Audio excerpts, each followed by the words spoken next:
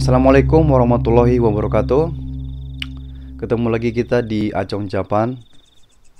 Dan pada video saya kali ini, saya pengen menceritakan tentang suatu kejadian yang terjadi di Jepang ya,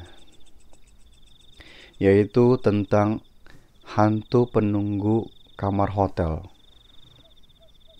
Tapi sebelum masuk cerita, saya mau ngucapin terima kasih buat teman-teman yang udah subscribe channel saya, yang selalu support, yang selalu dukung channel saya, dan teman-teman yang baru bergabung juga, yang sudah mengklik video ini. Saya ucapkan selamat datang dan kita ambil manfaatnya dari video-video saya ya. Oke, langsung saja ke cerita ya. Sebenarnya cerita ini cerita baru ya. Baru aja kemarin saya dengarkan dari kawan saya. Jadi dulunya kawan saya itu adalah seorang tour guide atau pemandu wisata ya. Jadi dia itu sebagai seorang tour guide yang wisatawan yang dari Indonesia terus main ke Jepang, terus dia yang pandu gitu.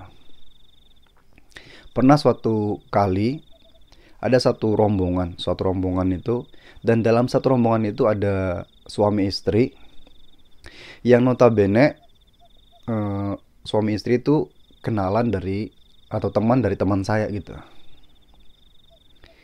Nah, kemudian sebenarnya ada sedikit kisah dari suami istri, lebih tepatnya si istrinya ya, yang perempuannya ya. Jadi sedikit saya kasih gambaran tentang sang wanitanya ini ya.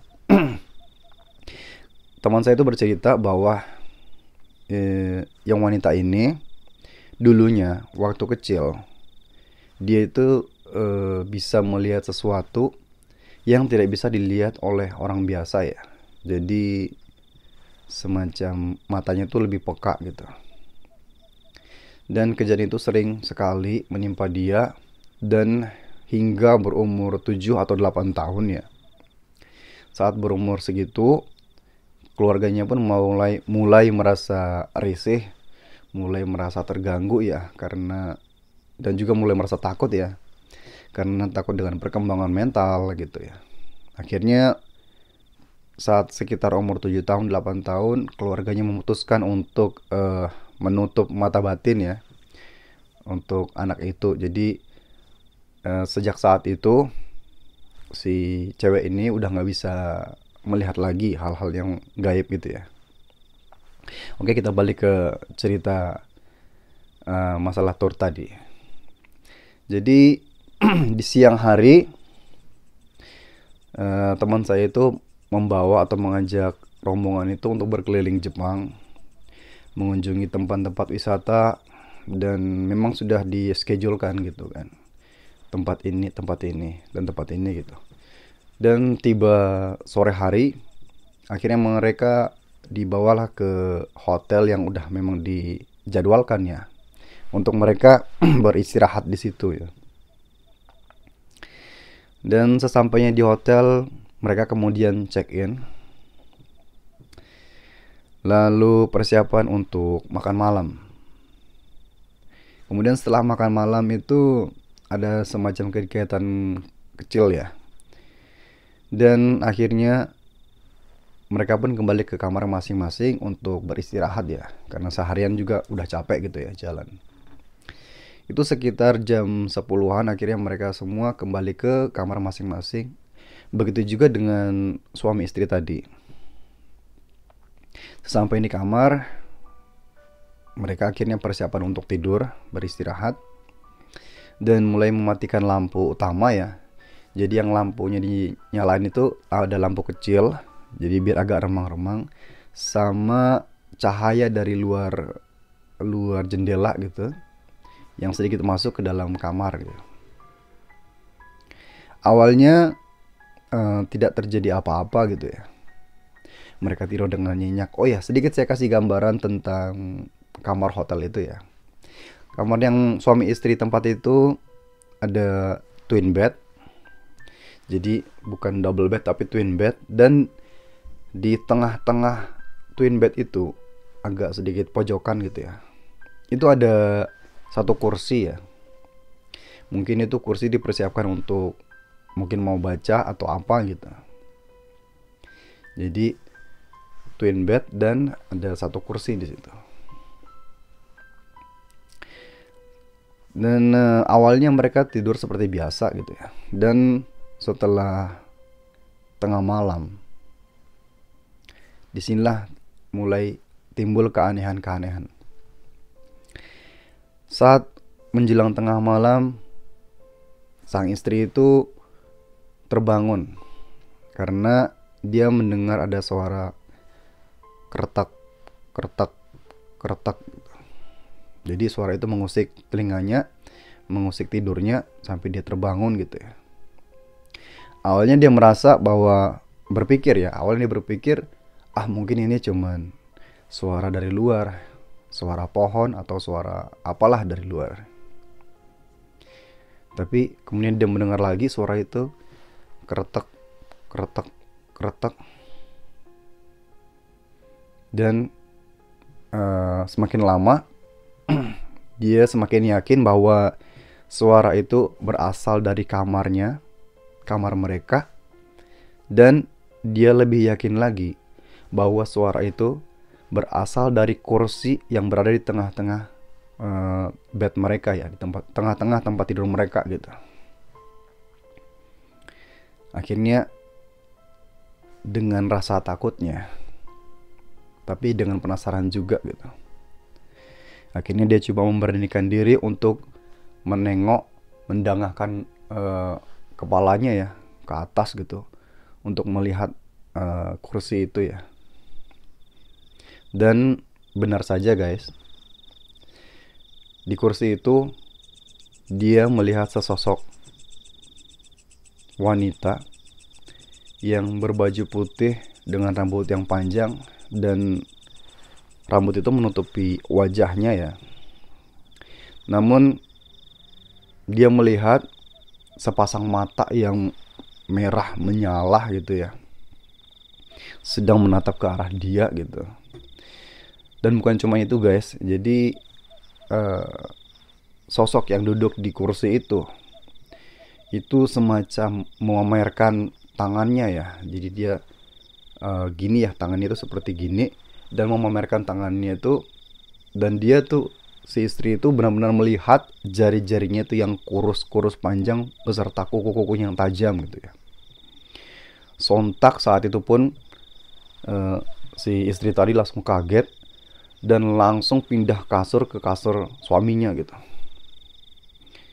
Ya karena kaget juga, akhirnya suaminya juga bangun gitu. Terus suaminya bilang, "Kenapa mah? Ada apa mah?" gitu. Terus istrinya tuh dengan keadaan sambil menggigil ketakutan, "Pak, ada sesuatu di sana, ada sesuatu di sana." Terus sang suami melihat ke arah kursi, namun suami tidak melihat apa-apa. Tapi anehnya, suaminya bisa mendengar sesuatu itu, mendengar juga suara kretak-kretak itu di kursi itu. Akhirnya dan boleh dibilang sebenarnya walaupun suaminya itu nggak bisa ngelihat, tapi suaminya itu jauh lebih takut daripada istrinya gitu. Akhirnya mereka berdua dalam ketakutan menutup diri dengan selimut sambil ketakutan ya guys. Dan berdoa apapun itu disebutkan gitu kan, berharap jin atau setan itu segera pergi dari situ ya.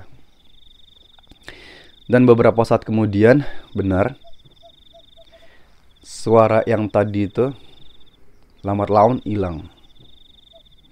Akhirnya sudah hening lagi, dan si istri bilang, "Pak, kayaknya sudah nggak ada."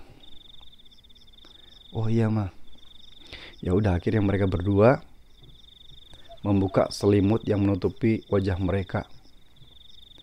Dan disinilah guys, saat mereka membuka selimut itu, tampak di depan mata mereka, bergantung di depan atap langit, pelapon ya, langit-langit kamar. Itu tampak seorang wanita melayang-layang di atas mereka, dan rambutnya itu terjuntai menyentuh wajah mereka berdua, dan tangannya itu seperti hendak mau mencekik gitu ya, mencengkeram mereka berdua gitu. Sontak karena kaget, tapi bukannya lari, tapi kembali menutup wajah mereka dengan selimut, guys. Dan mereka berdua kembali ketakutan gitu ya. Mungkin juga mereka berpikir tidak ingin membangunkan tamu lain gitu ya. Jadi akhirnya mereka berdua kembali bersembunyi atau menutup diri dengan selimut itu ya. Katanya hingga pagi tiba gitu.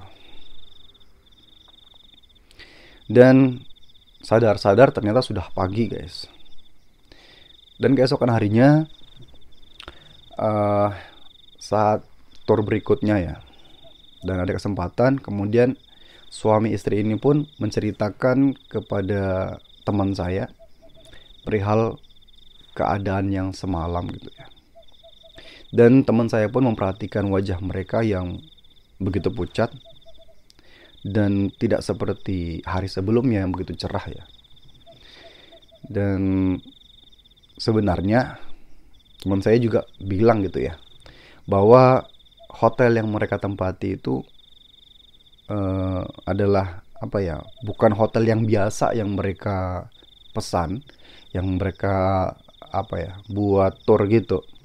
Tapi karena hotel itu adalah hotel cadangan gitu ya, karena hotel yang biasa mereka tempati itu penuh pada saat itu, dan mereka juga tidak tahu keadaan hotel tersebut.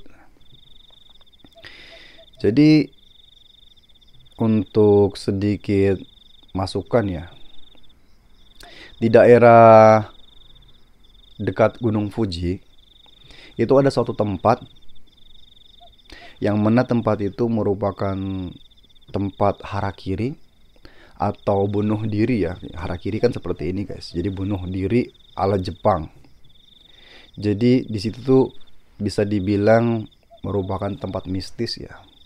Dan bisa jadi ya, jin atau penunggu yang di sana itu iseng pengen menampakkan diri gitu, guys. Ya, seperti itulah ceritanya ya, guys. Mungkin kurang begitu seram, tapi ini merupakan kisah nyata, dan saya juga tidak menyebutkan nama tempat dan nama seseorang ya. Saya takut ada yang tersinggung, dan saya takut juga, saya juga belum minta izin dari yang mengalami kejadian ya.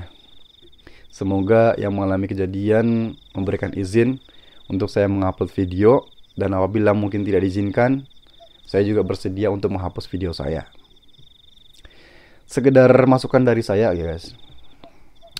Biasanya tour atau rekreasi gitu ya, itu diajak ke suatu tempat, misalnya mungkin museum, atau mungkin tempat-tempat, bahkan mungkin tempat keramat gitu. Mungkin tempatnya boleh untuk didatangin, tapi kalau boleh saya kasih pesan, sebaiknya dan sebisa mungkin jangan menyentuh, menggeser, apalagi sampai membawa pulang suatu benda yang ada di situ gitu, guys. Karena bisa jadi walaupun tampaknya tidak berharga, bisa jadi benda itu adalah benda untuk menjaga sesuatu yang ada di situ, guys. Terima kasih sudah mendengarkan cerita saya sampai habis, dan sampai ketemu di video saya selanjutnya. Wassalamualaikum warahmatullahi wabarakatuh.